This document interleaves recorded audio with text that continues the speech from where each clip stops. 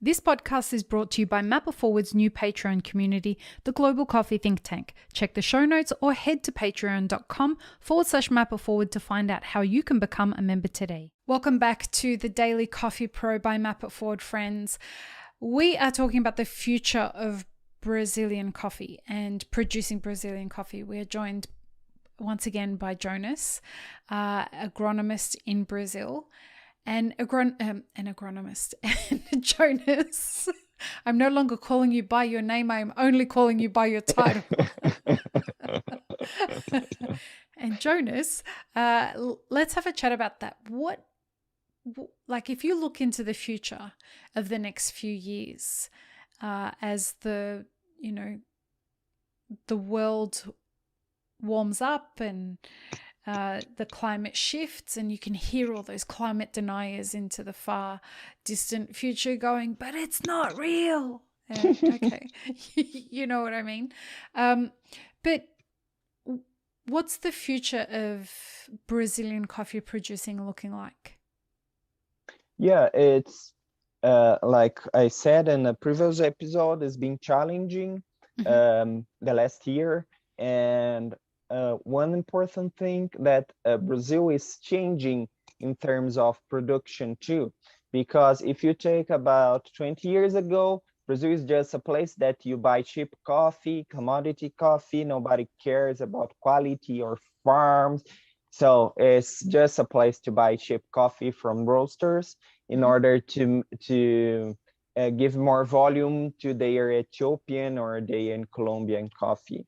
But there we already have good coffees, but nobody care about. I saw year after year farmers more interested in growing high quality coffee, which is important because high quality coffee gives more profit for the farmers, so they could keep working in the field. And farmers start to look at coffee in a different way. Like we are talking a lot now in Brazil. About 2 years ago, we start to talk. Farmers start to talk a lot and implement organic coffee in Brazil, which is fantastic, which is interesting, and people start to look about technology. It's important to know that organic coffee is so much harder to grow than traditional conventional coffee. It's more risky for the farmer, and the price is better, but in the end of the line, they get the same amount of money. I work with organic coffee farmers for 4 years, and in the end, it's almost the same because the yields is lower and the price is better, but the quality in terms of the farm area. So if you don't use agrochemicals and things like that, so the movement is growing and still growing. And now after the frost, we have a lot of farmers that are interested in agroforestry and regenerative agriculture, which is interesting because we could use techniques to mitigate frost, like I told you in the previous episode, but the best techniques is agroforestry. So put trees over is a way to avoid frost, but we have to study this very, very well because coffee don't like so much shade. And the varieties that we develop in Brazil are developed for more than 100 years in terms of breeding in order to have good yields in full sun. So I'm now working with agroforestry too, with some farmers that we are implementing agroforestry in order to protect frost, have a more sustainable environmental and good yields. I always said agroforestry is a solution if the farmers had profit and good yields. If you want like a forest, grow forestry, a forest and grow coffee separately. This is an alternative in areas that are very risky for frost. So they need to put some trees because if the frost came in a very harsh way, no matter what a technique you use, that we will lost all the trees. So we are starting to study that, and I saw more farmers and researchers interested in order to have this idea of agroforest, doing a plan of agroforest, a project of agroforestry in order to have coffee under the trees.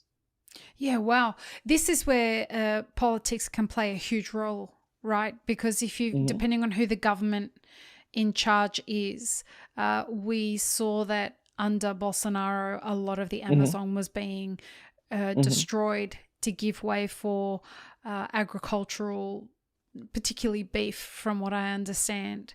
Um, that the Amazon was being destroyed to make room for beef farming.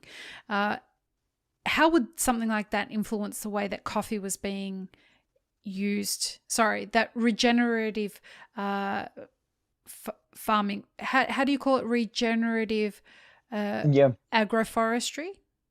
Yeah, regenerative farming could be without agroforestry. Okay. Agroforestry is one technique to do that, Okay. because in terms of some crops for like corn, we Yep. can't put it under the The forest. forest. So No. yeah, it's Right. not work. But we could use different techniques of soil conservation, for example. Right. In terms of government, this is people ask me if coffee are related to Amazon deforestation, and Amazon deforestation, it's a problem for more than 100 years in Brazil, Okay. and always it's more about, I always said it's more about the trees than the crops, because the trees in the forest worth so much more than the soybean, for example. But when you take all the trees out and make money, you have a free area to put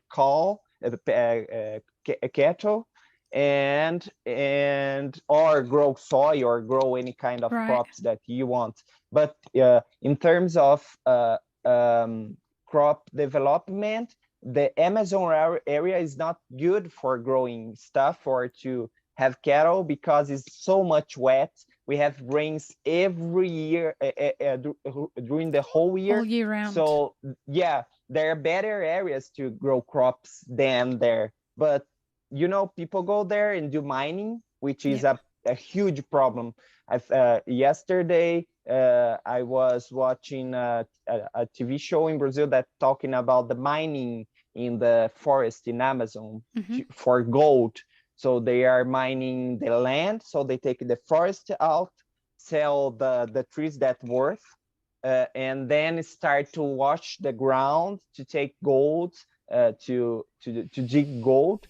Yep. And then they sometimes use a kind of vacuum to suck the bottom of the river, because there's gold there too. So they put all this dirt that was stabilized in the ground and take mining. So crop, any kind of crop that grow in Amazon is the consequences of deforestation, because like I said, like a tree of mahogany, Yep. right? Mahogany. Yep.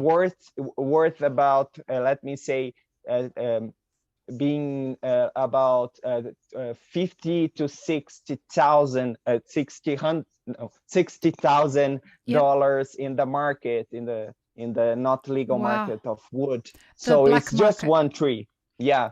Yep. So that's why people go there to explore. So the land is Right. flat. So let's use for different stuff to grow crop, for example, because the soil from Amazon is not very fertile. It's just fertile because the perfect circle of trees and leaves going in the ground. But if you take this is why it's a huge problem, because where you take the leaves out, the trees out, the soil is not fertile enough to grow again a forestry. Because one thing that people don't know, if we have so much rain Yep. over the soil for thousands of years, the nutrients are washing from the ground. So the trees make the absorb it. circle perfect. Yeah, because they take the nutrients, pull to the leaves and branches and fall on the ground and absorb again and again and again like a perfect circle. So if we take the trees out, the soil have no good fertility.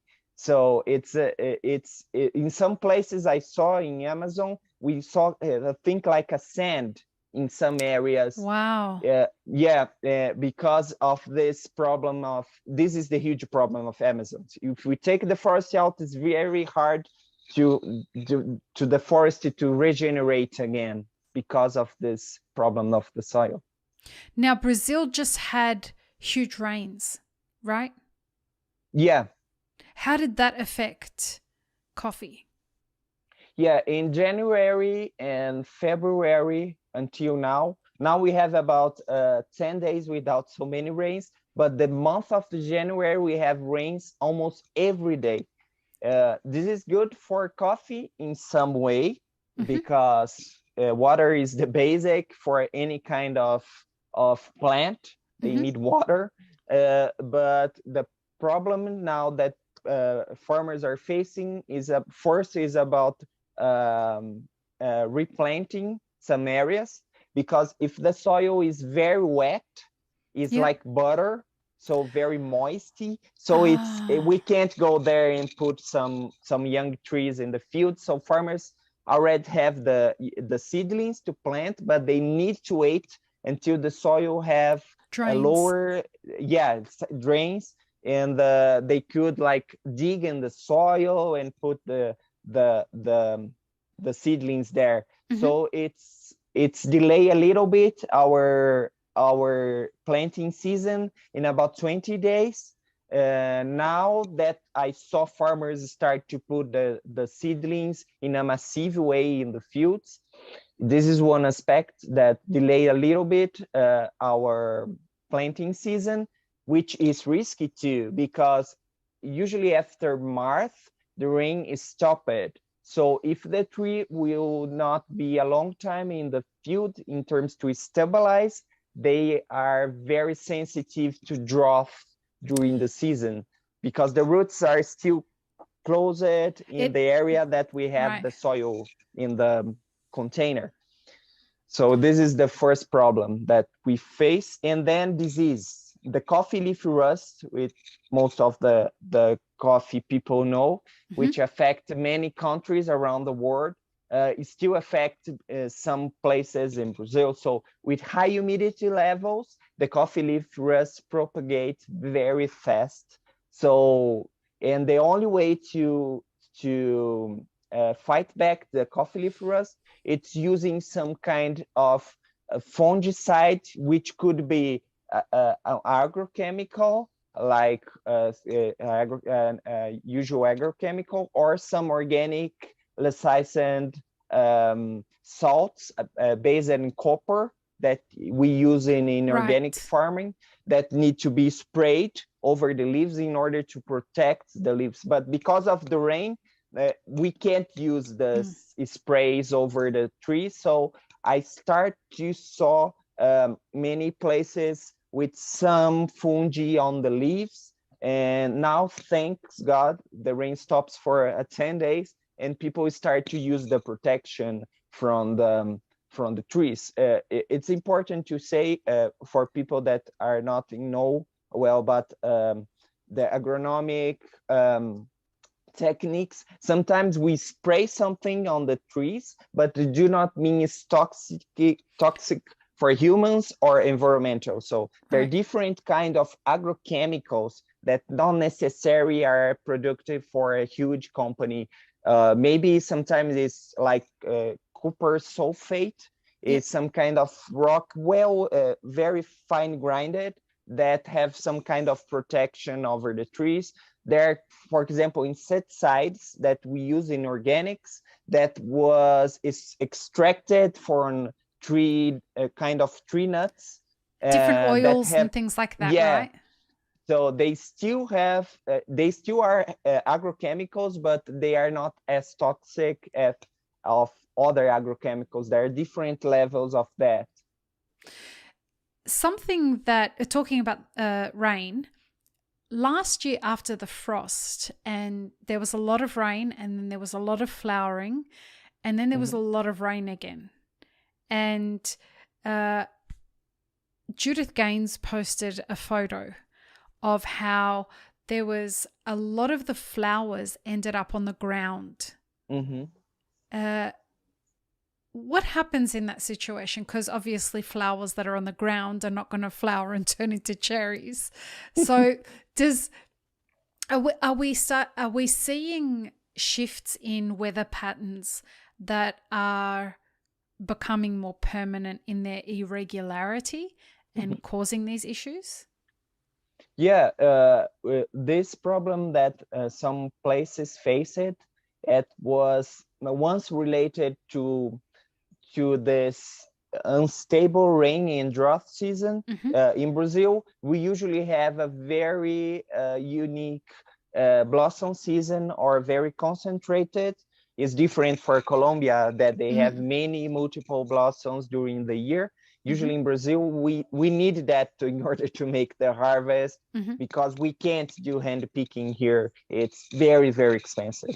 So we need that. In this season, we have multiple blossoms because of this rain and drought that we have along the year since February. So beyond the lower yields that we are having, we have a multiple maturation, which is bad because it's really hard to do this kind of picking in Brazil. Labor intensive, right? Yeah, when the coffee starts to blossom, I will take some pictures, and people will see like very mature, some very green, some are red, dried, because there's multiple blossom. Now everything is green, but during the maturation, they start to be different. And the next problem, that probably what Judith talks about too, it's about the side effects of frost. Because in some areas, we do not see the effects of frost in the trees. So the tree was not burned, but in some way, the physiology of the tree was affected. So in some areas, we could see like branches that are expecting to have flowers, but they do not sprout flowers. They sprout leaves or sprout nothing. And in other areas, we saw the sprouting of flowers, but the plant tree was very stressed from before. So the tree was not have enough energy to keep the flowers, so they put on the ground.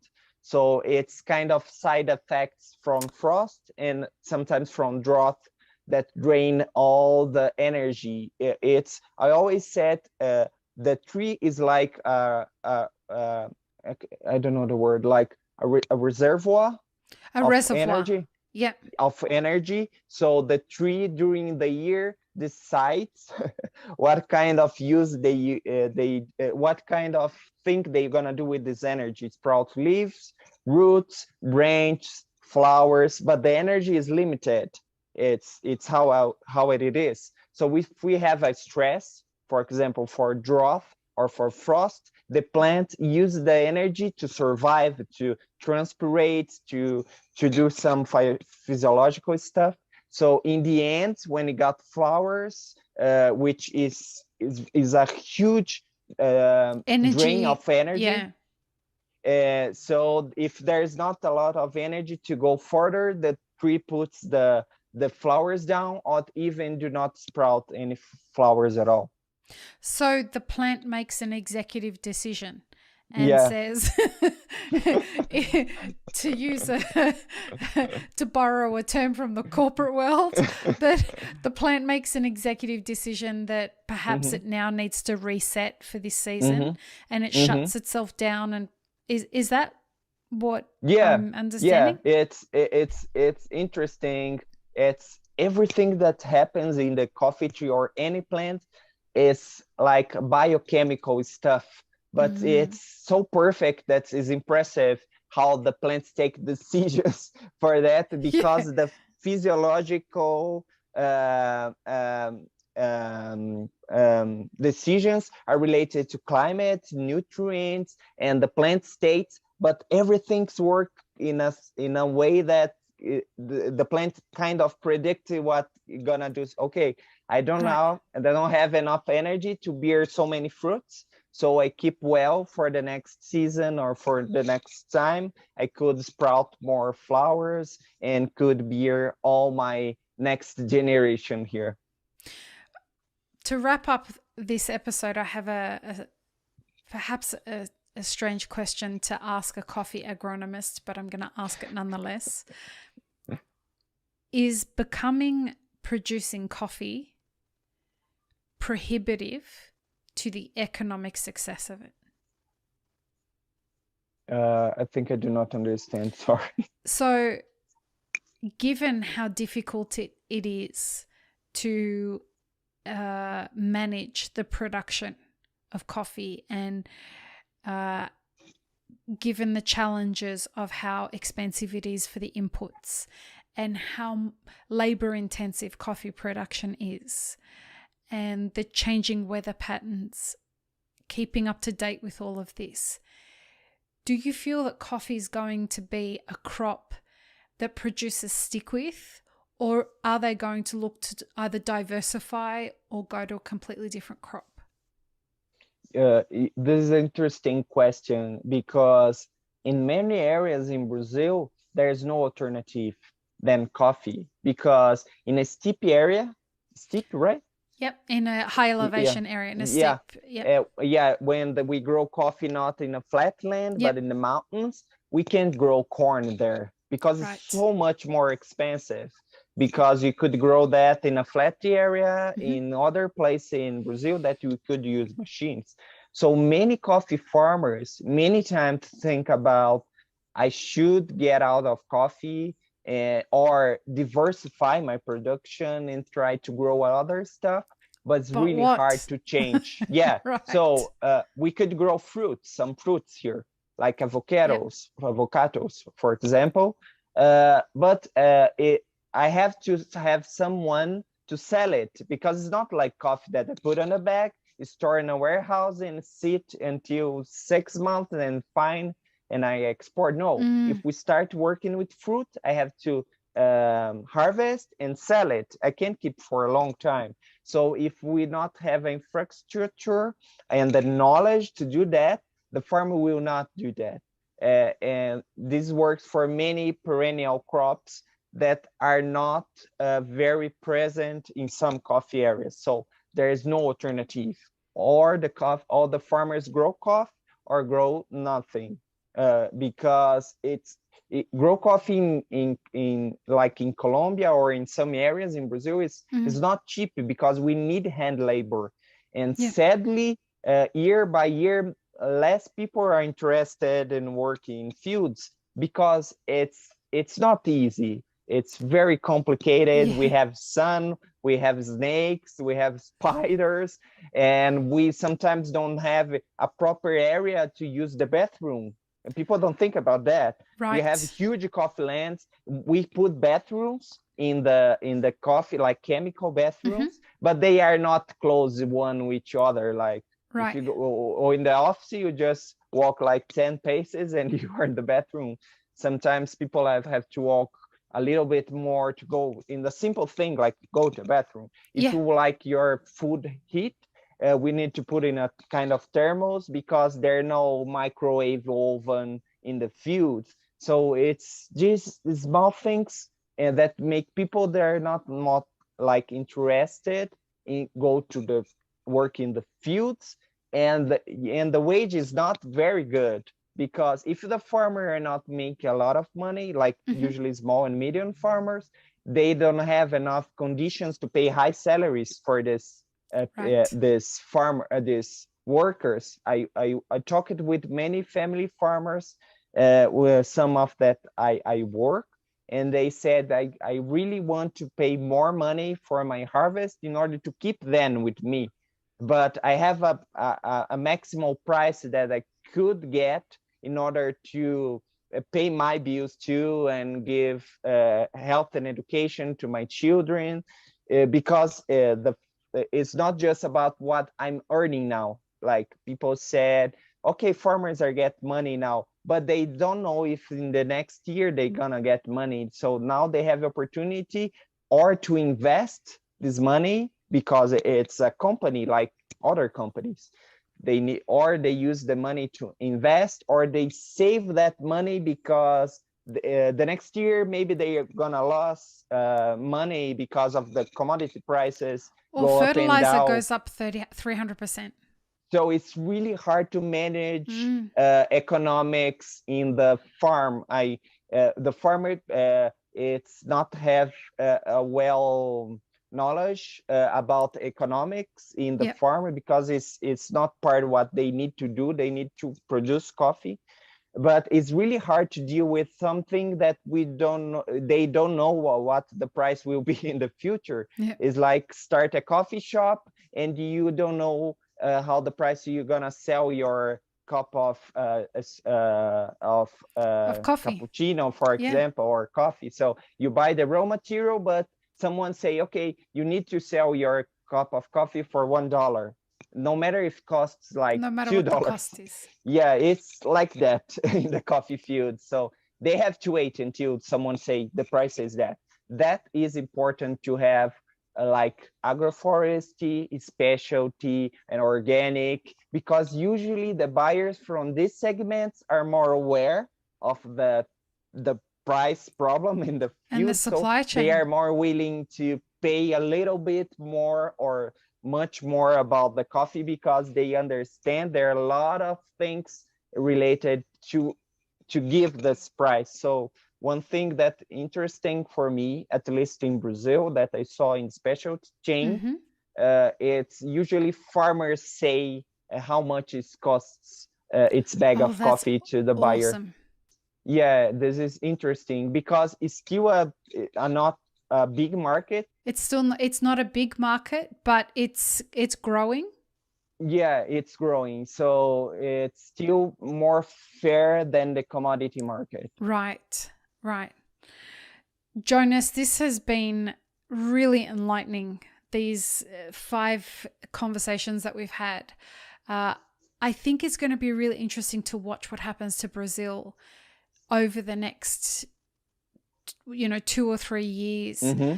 Based on the frost of last year. And also, what something we didn't talk about is the growing Robusta industry that seems to be doing Mm-hmm. very, very well with Mm-hmm. record prices. And just the geopolitical landscape of 2022 seems to be like it's going to throw a few spanners in the works. So no doubt you will be back you will humble us by accepting another invitation onto the podcast. Who knows what this year is going to bring from a climate change perspective as well. But thank you for being here. Will you remind everyone where they can find you on social media?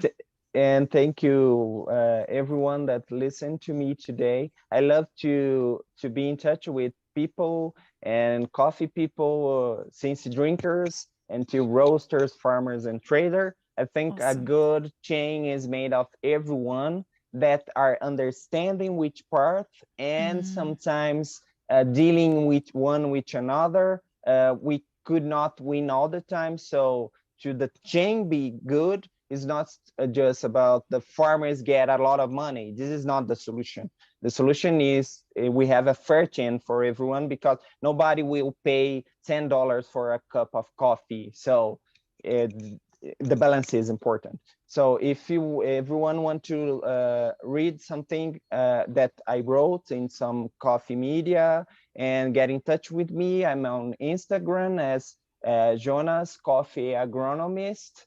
And I'm on Twitter too, and LinkedIn too. So I always do different approach in each social media, platform. So in Instagram is my daily routine in the coffee field. In the LinkedIn, I talk a little bit of science and coffee, about nutrients and coffee physiology and coffee market. So if you're interested in one of these 2 lines, you are free to reach me, and we could have a good conversation there.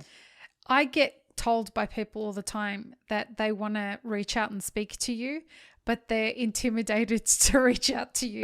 So if you're listening to this and you are one of those people that said to me, gosh, I'd love to meet Jonas, he is giving you the opportunity and saying, please reach out. So please don't hesitate. As you can see, he's very approachable. And we will include links to LinkedIn, Twitter, and Instagram in the show notes. Thank you again, my friend. This has been an absolute pleasure. Thank you. Thank you so much. It was fantastic. And I'm always open to new conversation. Fantastic. Peace, love, and peanut butter, everybody. I hope that you've enjoyed this series with Jonas. Have an amazing rest of your day. Thanks, friends. If you enjoyed this video, here's what you should check out next. Consider supporting Map It Forward on Patreon and be sure to subscribe and hit the notification bell before you leave.